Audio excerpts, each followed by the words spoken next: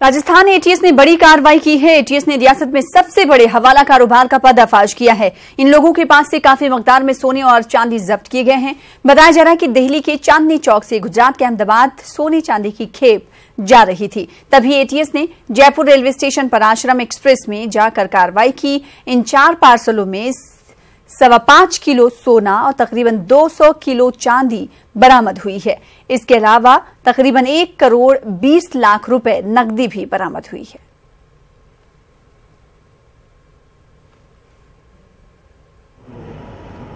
हमें सूचना मिली थी कि दिल्ली से आश्रम एक्सप्रेस से सोना चांदी और नकदी के रूप में मुद्रा आने वाली है और सूचना मिलने के बाद में हमने सारी सूचना थी उसको डेवलप किया। इनकम टैक्स के अधिकारियों को इसके बारे में सूचित किया।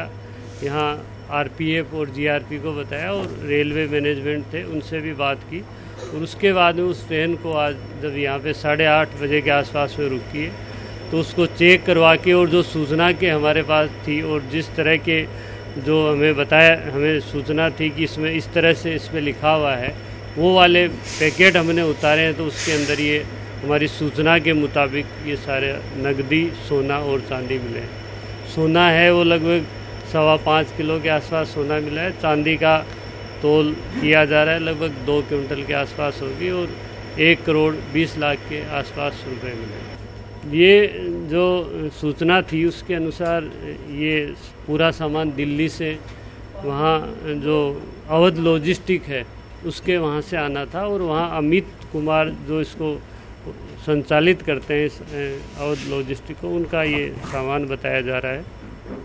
और ये अहमदाबाद के अंदर कोई अरविंद नाम के व्यक्ति है उनके पास जाने की जानकारी है।